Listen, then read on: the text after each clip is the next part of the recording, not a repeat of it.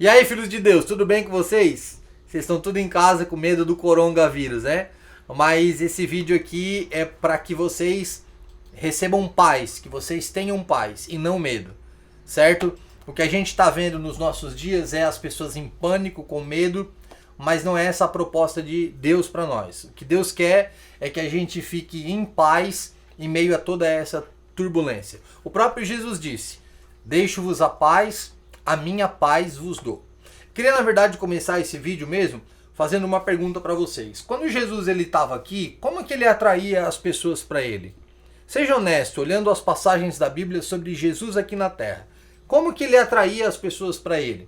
Ele colocava mais problema na vida das pessoas ou ele resolvia os problemas das pessoas? É claro que ele resolvia os problemas das pessoas. Eu não estou dizendo que Jesus ele vai solucionar todos os nossos problemas e que a gente não vai ter nenhuma dificuldade e nenhuma aflição. Não é isso que eu estou dizendo. Mas eu também não acredito, olhando para a palavra, que ele vai colocar uma praga na nossa vida querendo uma resposta da gente. Isso não vai acontecer. Então, eu quero com muita responsabilidade na palavra, afirmar para vocês que Deus não criou o coronavírus. Não foi Deus o responsável pelo coronavírus. Eu anotei aqui algumas coisas e quero compartilhar com vocês ao longo desse vídeo, né? Podem surgir a seguinte pergunta: mas Deus ele permitiu esse vírus? Gente, com certeza sim. Não existe nada que aconteça que não precise da permissão de Deus. Ele é soberano, ele é o Todo-Poderoso. Então esse vírus não pegou Deus de surpresa. Agora, não é porque Deus ele já sabia disso que ele é necessariamente o causador disso. Uma outra coisa importante é a gente entender diferentes questões em relação a esse vírus. Existe uma explicação científica para ele. Há quem diga que esse vírus ele é uma mutação genética de um vírus que já existia, que não causava tanto mal assim, mas ele foi se modificando geneticamente e se transformou nesse vírus maligno. Isso é uma explicação científica, vamos dizer assim. Existe também uma explicação política para o que está acontecendo.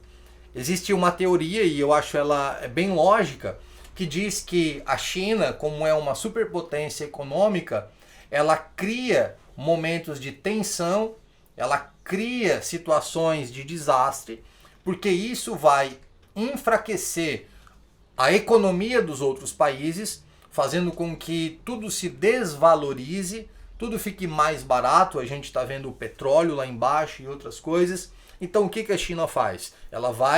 Ela compra, ela investe já que tudo está barato, e quando as coisas voltam ao normal, quando as coisas voltam a ser valorizadas, a China então ela é dona de muita coisa que ela comprou, aproveitando o momento de desvalorização.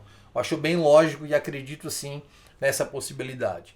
Mas existe também uma questão bíblica para a gente tratar sobre isso, uma resposta bíblica, uma explicação bíblica, e esse é o meu propósito, é pensar biblicamente sobre o que está acontecendo.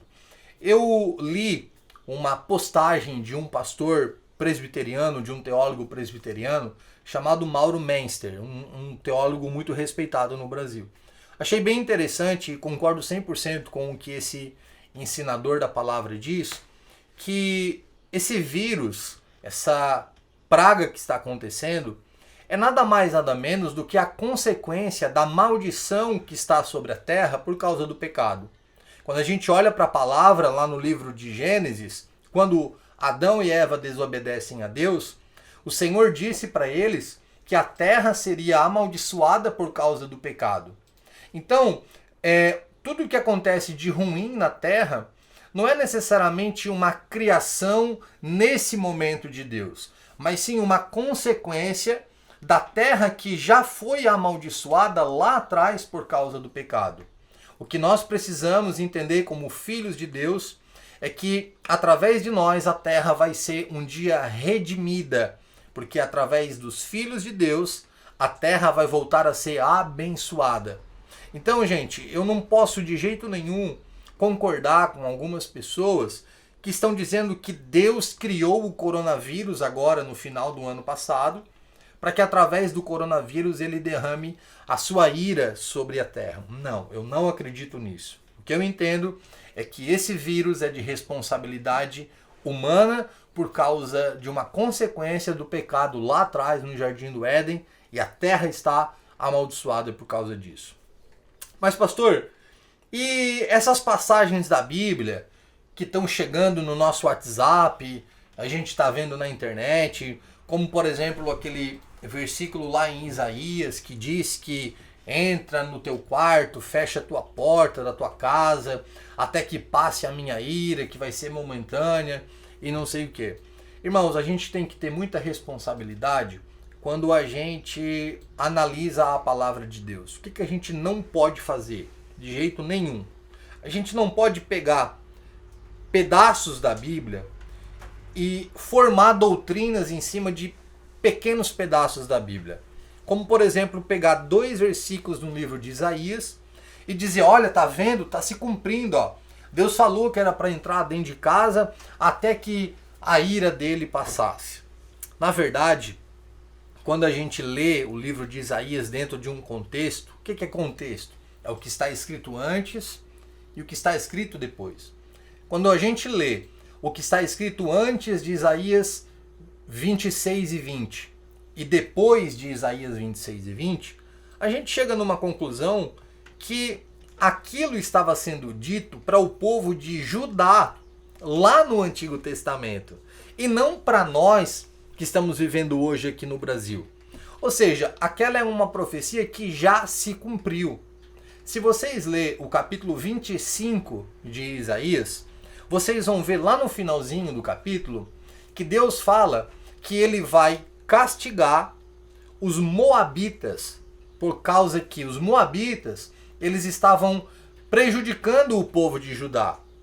E então, lá no capítulo 26, Deus vai dizer lá no finalzinho, olha, povo de Judá, entrem para dentro da casa de vocês, aguardem, se acalmem, enquanto eu derramo a minha ira sobre o povo de Amon especificamente.